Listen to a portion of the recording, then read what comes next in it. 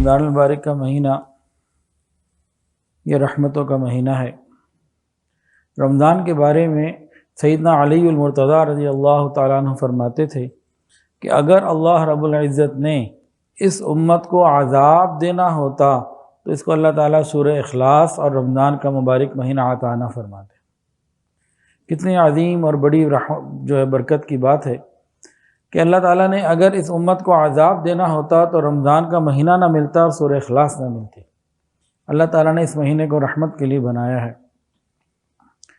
ہم اللہ تعالیٰ کی رحمت سے فائدہ اٹھانے والے بن جائیں۔ کیسے بنیں گے؟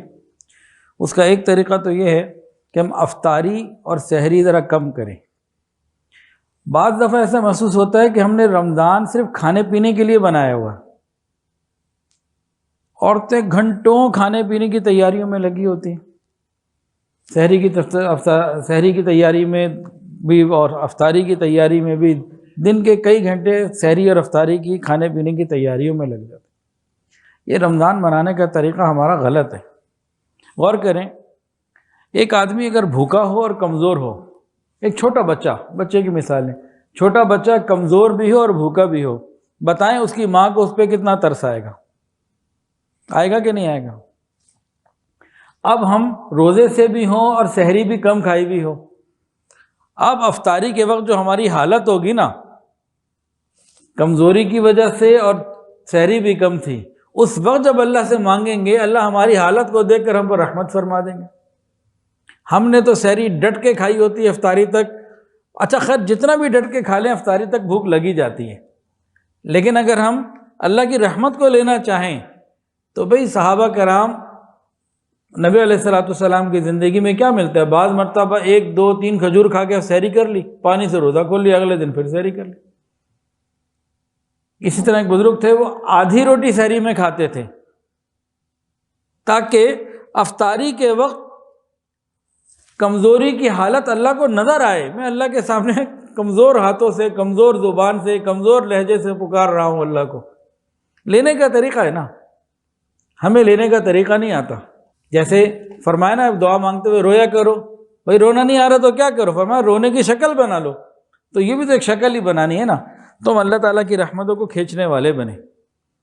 تو جو پیٹ بھرے ہوتے ہیں نا، یہ رحمتوں کو اتنا نہیں کھینچ سکتے جتنا انسان بھوک کے اندر اللہ تعالیٰ کی رحمت کو لے سکتا ہے۔ پھر جتنا بھوکا ہوگا اتنی انوارات کی، فیوزات کی جو بارش ہے وہ زیادہ ہوگی، پیٹ بھرے پہ کم ہوتی ہے۔ تو اس طرح کا بھی اس دفعہ ہم روزہ رکھیں۔ اچھا، امام ربانی مجدد الفسانی رحمۃ اللہ نے فرمایا کہ انسان رمضان جیسا گزارے گا اگلا سال ویسا گزرے گا اس کا اپنا۔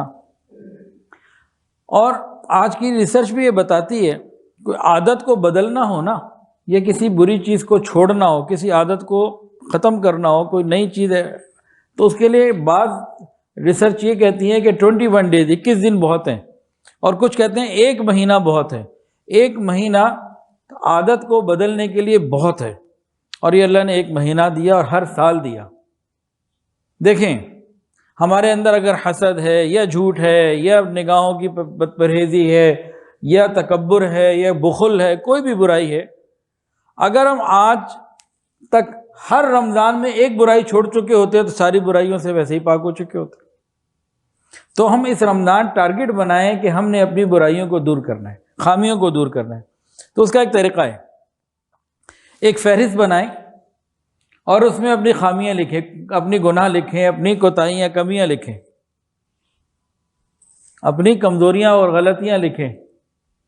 ویسے ارشاد صاحب اگر پتہ نہ لگ رہا ہو نا کہ میری ہر آدمی کو تو اپنی برائی نظر بھی نہیں آتی، تو شادی شدہ لوگوں کے لیے ایک کلیہ ہے، ایک ٹپ ہے، اپنی بیوی سے پوچھ لیں بتاؤ بھی میرے اندر کون کون سی کمی ہے، اچھی خاصی فہرست تیار ہو جائے گی۔ یا اور لوگوں سے پوچھ لیں، ارد گرد والوں سے، بتاؤ بھی میرے اندر کون کون سی کمی ہے، تو اچھی بڑی لمبی چوڑی فہرست تیار ہو جائے گی۔ خیر یہ تو ایک مذاق کی بات تھی، ہم نے اپنی اصلاح کرنی ہے، ہم نے اللہ کو راضی کرنا ہے، تو ہم اپنی خامیوں کی لسٹ لکھیں۔ دیکھیں یہ خامیاں قیامت کے دن تو سامنے پیش ہو جائیں گی، ایسا تو ہے نہیں کہ کبھی سامنے ان سے پالا پڑھنا نہیں، پڑھنا تو ہے۔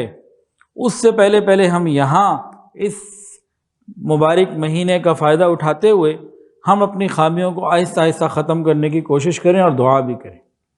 اللہ تعالیٰ رحمت فرما دیں گے۔